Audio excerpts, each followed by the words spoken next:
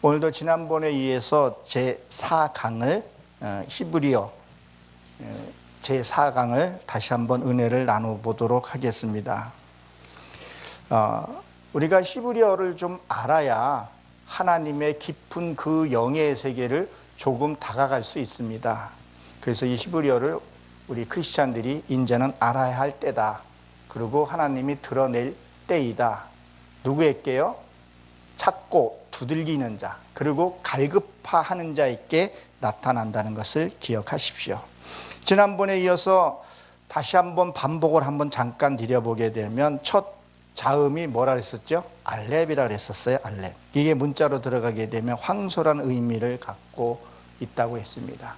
내가 말씀을 듣고 배우고 나면 내 육의 속성이 죽는 것을 가리켜서 얘기를 합니다. 그것을 어디에서요? 두 번째 단어에서 베트라는 단어에서 내 안에서 말씀을 되새김질해야 한다는 거예요. 어제 말씀이 듣고 깨달았는데 오늘 성경을 읽으면 그 성경이 달라질 때가 있습니다. 이게 무슨 말이냐면 내가 오늘 성경을 읽고 깨달았어요. 그리고 얼마간 지나 있다가 성경을 읽었을 때에 이건 내가 이루었구나. 이건 내가 언제 이루었었지. 그게 올 때가 있어요. 그렇지만 성경을 읽는데 이건 내가 아직까지 여기 도달하지 못했구나. 그런 것도 알 수가 있다는 거죠. 그래서 내 안에서 말씀을 되새김질하고 묵상을 해야 된다고 얘기를 드렸습니다. 그리고 기멜은요, 낙타죠. 말씀을 깨닫고 알게 되면 나는 뭐요? 겸손한 자가 됩니다. 그리고 뭐요?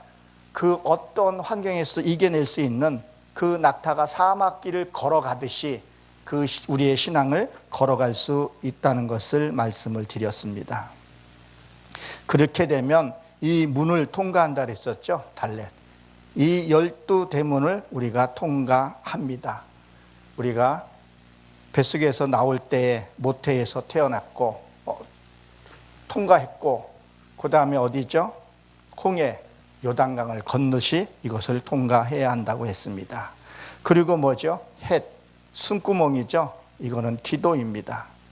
하나님의 말씀을 배워서 하나님의 기운이 내 안에 이 생명의 말씀이 돌아야 할 것을 말씀하고 가리키고 있다는 것을 여러분들이 기억하고 계신 줄로 압니다. 그 다음에 6번째 단어인 바브죠. 이것은 갈콜이라는 의미를 갖고 있고 또 무엇을 가리키고 있다 했었죠? 지팡이라는 의미를 갖고 있다고 했습니다. 모세가 출애굽했을 당시에 그 애굽에 있는 마술사가 뱀을 들었을 때 요셉의 지팡이를 던졌을 때 그들의 마술에 뭐예요? 그 뱀들을 삼켰다 그랬었어요. 그것은 무엇을 얘기를 하죠? 그것은 내 이 신앙의 것을 쓸데없는 생각을 처리하는 것을 의미를 한다고 했습니다. 오늘 여러분들과 같이 또 나누어야 할 말씀 중에 하나가 이 자인입니다. 이 자인을 보게 되면 뭐라 했죠? 무기, 수행, 도구 이런 뜻을 갖고 있습니다. 무엇을요? 알레프라는 단어로 말씀을 통해서 그 갈고리를 갖고 와서 내게 무기가 되어야 한다고 말씀을 하고 또 성경에서는 그렇게 가리키고 있습니다. 그래서 여기 보게 되면 수행하다는 의미도 갖고 있고 그리고 책임과 고난도 준다고 말씀하고 있습니다. 사랑하는 성도 여러분 그리고 청취자 여러분, 하나님이 우리에게 모든 것을 이루고 나면 모든 권세를 우리에게 넘겨줍니다. 근데 우리가 그것을 다룰 줄 알아야 되는 거죠. 여러분들이 잘 알다시피 조금 있으면 일본에서 올림픽이 개최가 됩니다.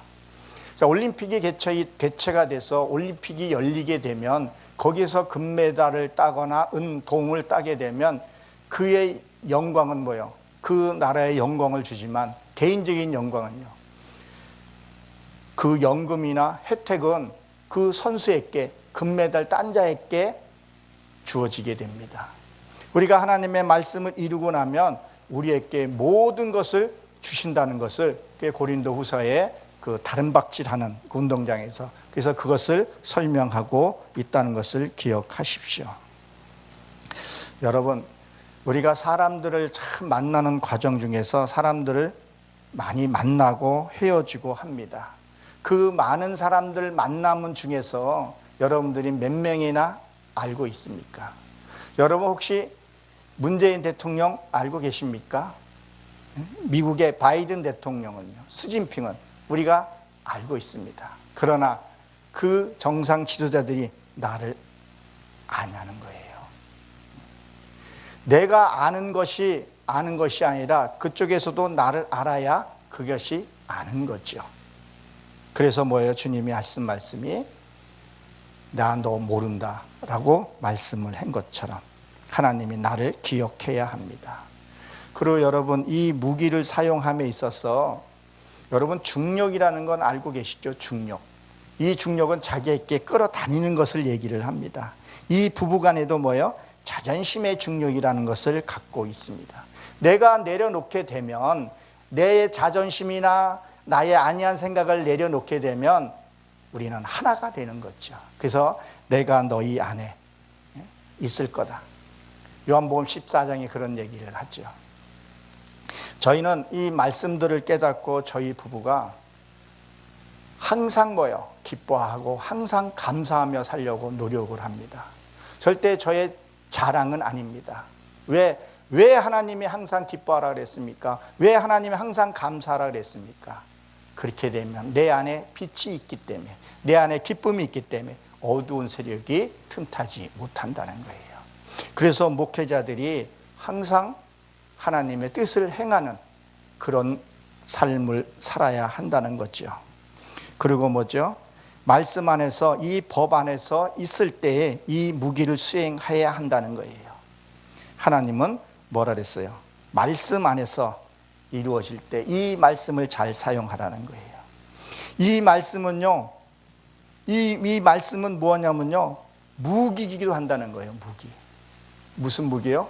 히브리서에서 나오는 것 같이 뭐라고 되어 있어요? 좌우의 날쌘 것.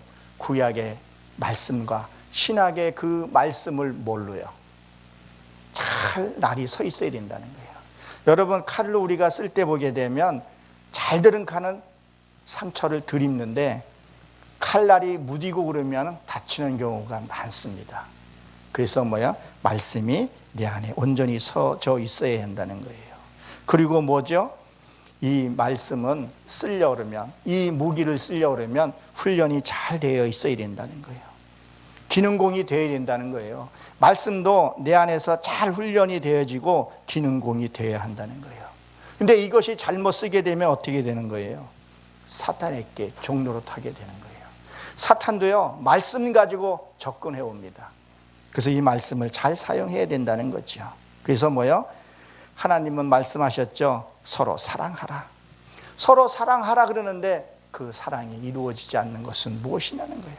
말씀은 하나인데, 분명히 하나인데, 요한계시록 13장에 보게 되면 사탄도 하늘에서 불을 끌어다가 죽은 자도 살리는 그런 하나님이 능력을 주었다는 거예요. 그럼 우리가 말씀을 가지고, 이 말씀의 무기 가지고 어떻게 사용하느냐, 그것을 잘 승령용이 되어야 한다는 겁니다. 그렇지 않으면 잘못 쓰게 되면 불의한 병기로 쓰임받게 된다는 거죠. 그리고 다음엔 헤트입니다. 이 헤트는 울타리이기도 합니다. 이렇게 보면 헤트는 보게 되면 햇하고 다른 게 숨구멍이 막혀져 있습니다. 울타리이면서도 생명으로 되어진다는 것을 우리에게 말씀하고 있죠. 그럼 하나님이 보호를 해 주신다는 거예요. 우리 인생에서 보게 되면 수많은 사람들이 이 세상에서 살아갑니다. 왕래합니다. 그런데 지금 세상을 한번, 저거 오늘 아침에 기도하면서 묵상을 한번 해봤습니다.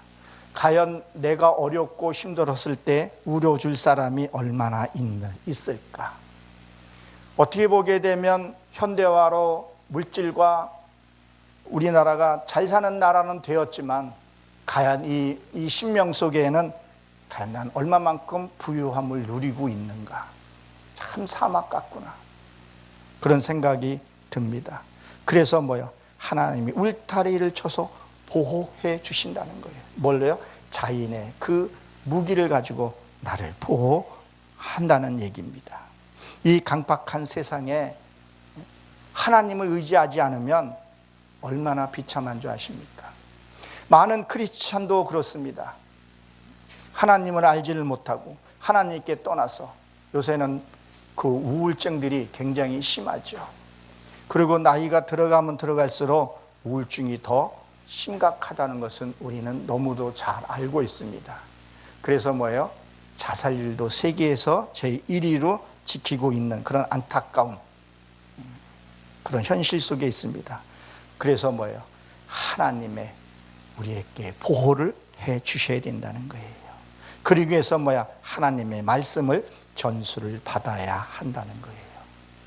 여러분들이 잘 알다시피 창세기 4장에 보게 되면 가인이 아벨을 죽이고 나서 그래서 놋 땅에 들어갔죠. 놋 땅이라는 뜻은 끄덕이다 이런 뜻을 갖고 있어요.